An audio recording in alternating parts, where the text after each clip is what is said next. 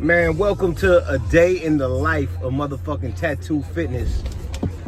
The #1 coach in the world, located in Miami. Let me tell you a little bit about Tattoo Fitness, right? This journey as a fitness coach out here in the world really started about 15 months ago. I started at UFC Fit, Pembroke Pines, when I got out of federal prison. I did 17 years in total of prison time. All right, so when I got at this halfway house, bro, I had nothing, you know, and the halfway house was encouraging me to get a job at Burger Fry. And I love fitness, man. I've changed so many people's lives through fitness inside prison.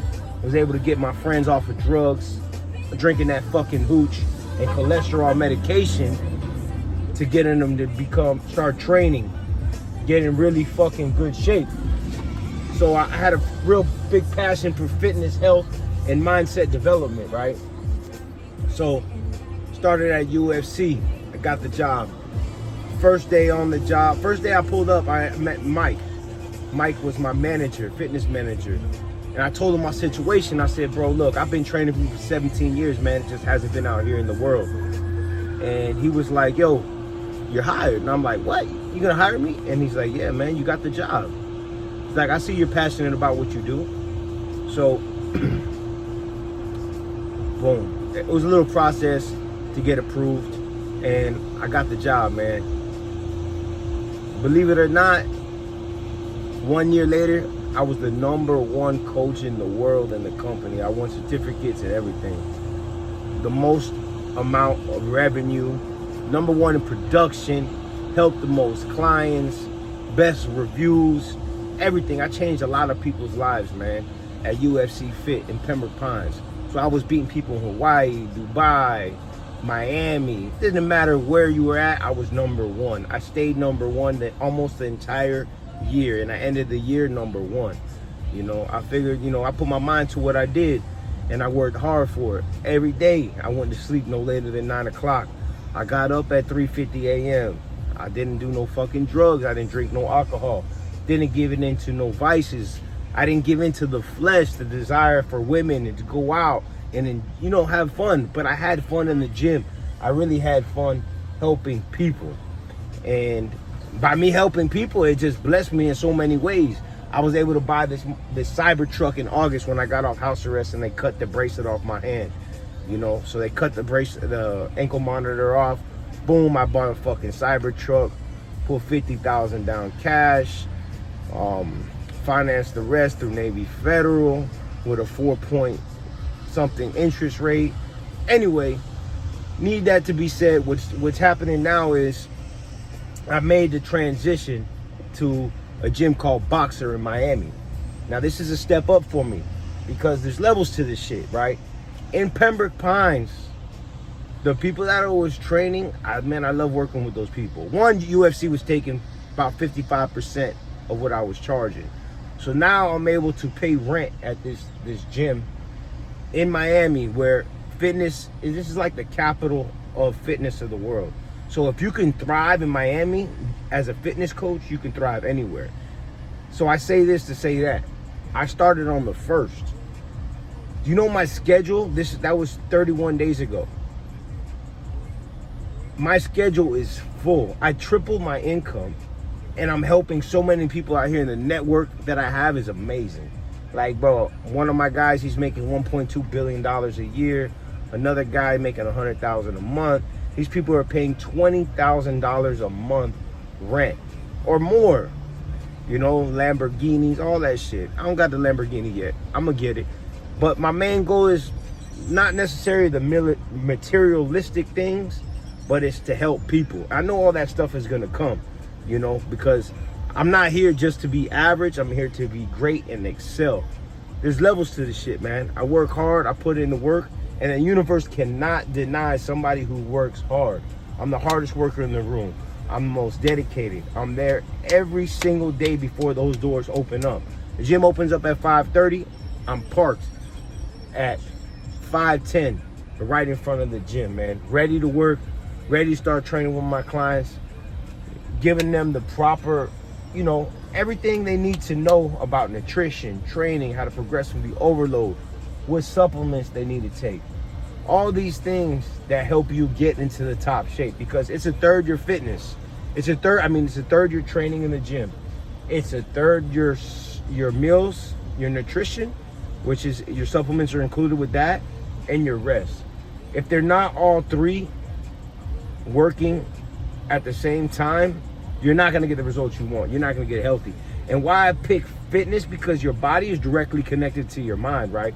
So first we gotta tap into your mind. You gotta realize it's time for change. You need to get healthy. If you do not take the time out for your health now, you're gonna be forced to take time out for your illness later. So it's very, very important that you take at least 5 hours a week and exercise. You lift weights, you eat healthy food. You know, like, look, let me show you. I don't miss a beat, man. You see this? This is chicken and broccoli. I'm about to eat this on 95 on the way home. You know what I'm saying? It's like, yeah, sure, I would like some pizza, some fucking cupcakes, and some sweet ass shit that those soft ass motherfuckers eat, right? But you know what? I'm disciplined. Motivation's gonna dwindle and fade away at certain points. But it's the discipline that's kept me through. The discipline that kept me strong. Even when I was in solitary confinement for like 5 years, locked in a cell by myself, with no fucking air conditioning, being fed fucking dog food like trash, man. You know, I was eating spoiled beans. I used to put salt on my beans to keep them preserved so I could eat these beans later on. I used to have to fish through the door to get extra peanut butter squeezes and extra protein just to survive, to maintain the muscle mass that I have. Yeah, I didn't have weights. You know how I worked out? If we had magazines, I would save up the magazines. I would put stacks of magazines together. I would curl those fucking magazines and I would go ham. Every morning, I was up before 5 a.m. Actually, I was thinking it was like 3:30 because chow came at like 5. So I was able to work out every single morning before the meals came. You know, I would do my burpees, my push-ups. I would do dips off the bunk. I would do pull-ups off the light. I would take the sheet and put the sheet through the light and create a pull-up bar so I was able to do pull-ups. That's why I don't understand. If I was able to get in shape in prison, how the fuck are people out here in the world so out of shape?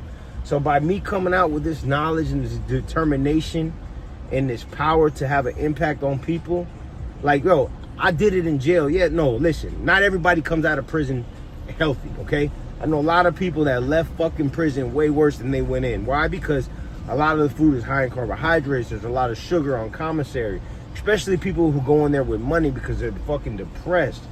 You realize I did 17 years in prison and there wasn't that many times I was depressed, you know? And how I got through that is by fitness, you know? Even though my body was in prison, my mind was free. Now, a lot of people out here, their body is free, but their mind is in prison because they have so many vices. They're addicted to women, you know, they're addicted to drugs, they're addicted to alcohol, they don't exercise, you know, they're depressed. You might even have money and be depressed, bro. I've met millionaires out here in Miami who are fucking depressed and need me to fucking yell at them and to motivate them and encourage them to become fucking better. You know, it's like, it's all mindset, bro. You don't want to be in that prison in your own mind, man. You want to go ahead and find a way to free yourself. And I did that through exercise, nutrition, and just being resilient. No matter what situation I was in, I always look for the positive into it. You know what I'm saying? It's like when you look at a cup, is it half empty or is it half full? You know? So hold on, back up a little bit. All right.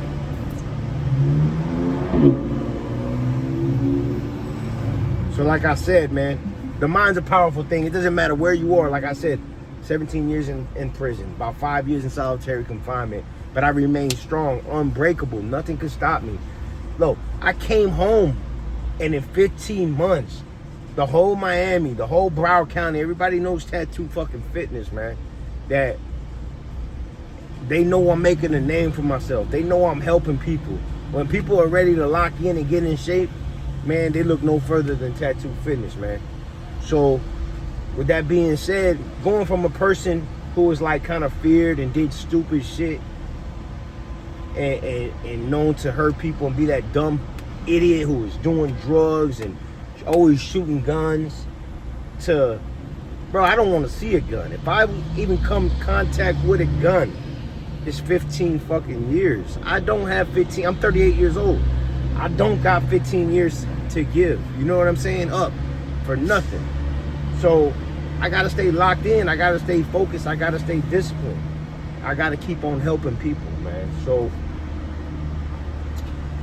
just wanted to share this with you.